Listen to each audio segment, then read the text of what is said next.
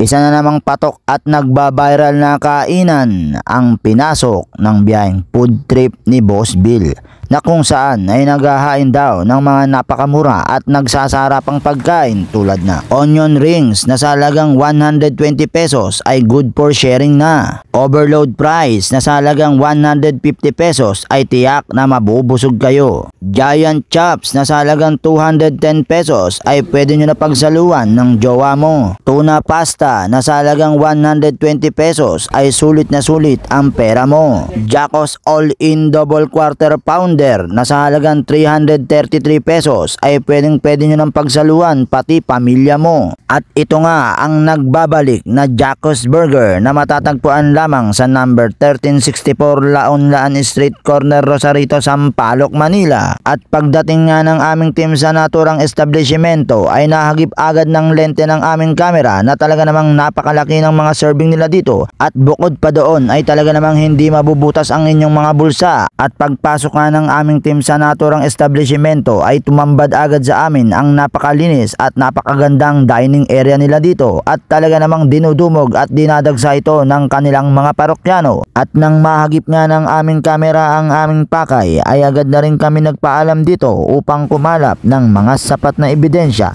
at dito ay binigyan na rin namin siya ng pagkakataon na imbitahan pa ang kanilang mga parokyano. Inyong pakatutukan.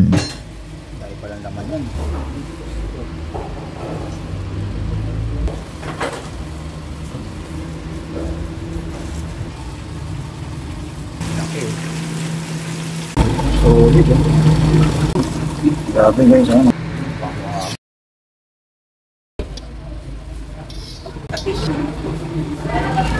Giant chops. Talagang giant, you know? So yung mga boss, no, kasama natin yung may-ari ng isa na namang nagte-trending na kainan dito sa Sampaloc, Manila, yung Jacos Burger.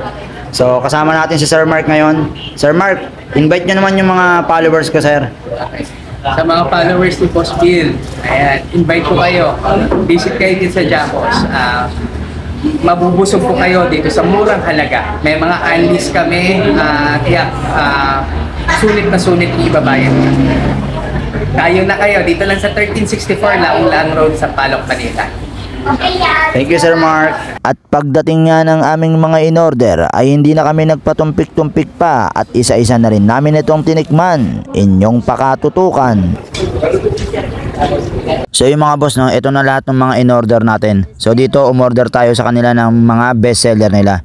Umorder tayo dito ng kanilang giant chops for only 210 pesos guys. Tignan nyo naman, oh. Sobrang laki niyan guys. Malaki pa sa mukha ko yan mga boss. Tapos dito ay umorder din tayo ng kanilang onion rings. Yung kanilang onion rings dito for only 120 pesos guys. Ang lalaki ng onion rings nila dito mga boss.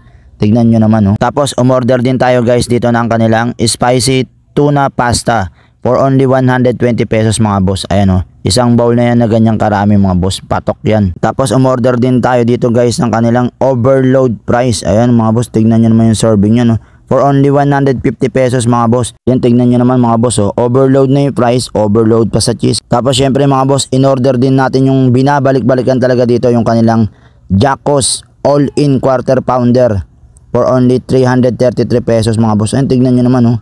Isang dangkal na halos siya mga boss. Hindi mo na malaman kung paano pa kakainin yan mga boss. So patok daw to, kaya titikman natin to. So yung mga boss, una nga natin tinikman dito yung kanilang tuna pasta na may pagka-spicy ng konti, pero tolerable naman yung pagka-spicy niya, kayang-kaya naman. So para sa akin, ayos na ayos to. Next natin titikman mga boss yung kanilang price overload for only 150 pesos. Ang daming pinakakain.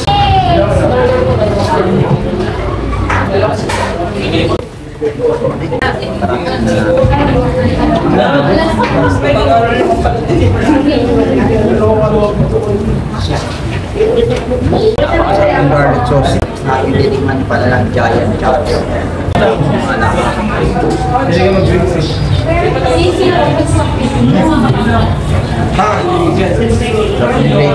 Mga boss, ito na yung hindi natin tinikman po ng pangmalaka. Sa mga dinadayo dito sa Jacos, panlang all-in double quarter pounder.